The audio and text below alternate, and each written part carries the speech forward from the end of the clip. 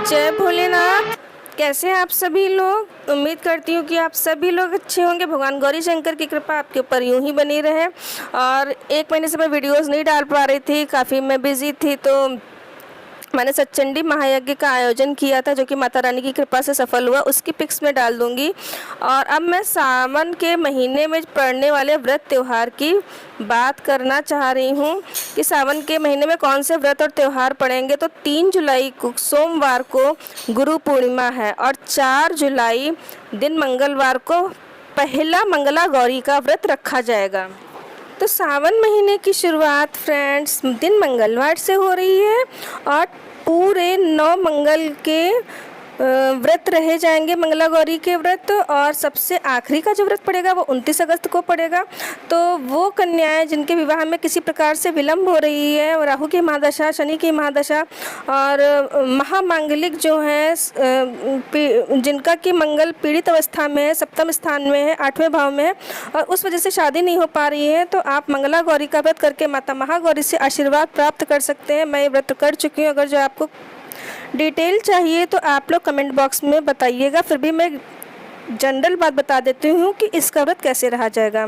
पूरे दिन आप इसका निर्जला व्रत रखेंगे और शाम को गौरी शंकर जी की, गणेश जी की, कार्तिकेय जी की पूजा होगी और षोडशोपचार विधि से पूजा होगी।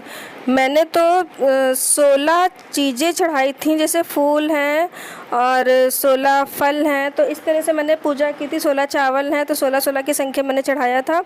तो मैंने इस तरीके से पूजा की थी। और शाम को जब आप पूजा कर लेंगे तो आप जल ग्रहण करेंगे और कोई भी मूंगफली का दाना है, मखाना है, फल है, दूध है, आप ग्रहण कर सकते हैं। बट आप नमक का सेवन नहीं करेंगे और ना ही आप अन्न का सेवन करेंगे। तो इस तरीके से मंगला गौरी का व्रत रहा जाएगा। और एक बात, सावन के महीने में पड़ने वाले मंगलवार को मंगला गौरी का व्रत रखा जाता है। तो इस बार सावन में 9 मंगलवार पड़ रहे हैं, तो इस बार मंगला गौरी का व्रत 9 मंगलवार को रखा जाएगा। और अब बात करते हैं, अब एकादशी व्रत के बारे में बात कर लेते हैं कि कामिका एकादशी का व्रत 13 जुलाई दिन गुरुवार को रखा जाएगा और 17 जुलाई दिन सोमवार को सोमवती अमावस्या है। इस दिन आप अपने पितरों के निमित्त दान कर सकते हैं और ब्राह्मणों को भोजन करवा सकते हैं, जिससे कि घर का माहौल अच्छा होता है। कुछ आपके जो काम होते हैं, विशेष काम की मैं बात कर रही हूँ, जो बनते बनते रुक जाते हैं, तो इस सोमवारी को ज़रूर ये आपको उपाय करना चाहिए। दान करिए पितरों के निमित्त और ब्राह्मणों को भोजन कराइए। और फिर से अब हम सावन के सोमवार की बात करते हैं। तो इस बार सावन के सोमवार पूरे 8 पड़ेंगे। बहुत से लोगों का कन्फ्यूज़न ये है कि बहुत सी कन्याएं और बहुत सी शादीशुदा महिलाएं सोमवार का व्रत रहती हैं सावन के सोमवार।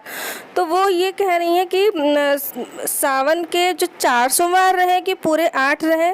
तो मैं उनको यही सजेस्ट करूँगी कि जो ये अधिक मास पड़ने की वजह से जो 4 सोमवार हमारे जो सावन के जो बीच में जो अधिक मास पड़ रहा है 18 जुलाई से 16 अगस्त, तो ये जो 1 महीना जो अधिक मास का है, इस बीच जो सोमवार पड़ रहे हैं, इनका भी व्रत आपको रहना ही चाहिए।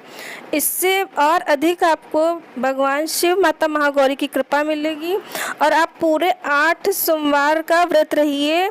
आपको अधिक मास के सोमवार नहीं छोड़ने चाहिए और आप 16 सोमवार का व्रत भी शुरू कर सकती हैं सावन के किसी भी सोमवार से। लेकिन बहुत से लोग ये कहते हैं कि हम शुक्ल पक्ष से शुरू करेंगे, तो आप शुक्ल पक्ष से सावन के सोमवार का व्रत शुरू कर सकती हैं। 16 सोमवार का व्रत भी शुरू कर सकती हैं। बहुत ही शुभ अवसर है। 19 वर्षों के बाद यह संयोग बना है इस तरह का।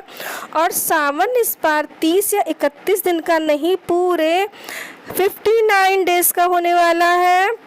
और सावन महीने की शुरुआत 4 जुलाई से हो रही है और ये 31 अगस्त तक रहेगा। और चतुर्मास भी इस बार पूरे 5 महीने का होने वाला है, जो कि 29 जून से शुरू हो चुका है। तो चतुर्मास में, अधिक मास में कोई भी शुभ कार्य नहीं किए जाते हैं, केवल पूजा पाठ, भक्ति, आराधना आप कर सकते हैं। आइए जानते हैं किस किस तारीख में हमारे ये सोमवार पड़ने वाले हैं। पहला सोमवार आपका पड़ेगा 10 जुलाई को, दूसरा सोमवार पड़ेगा 17 जुलाई को और तीसरा सोमवार हमारा पड़ेगा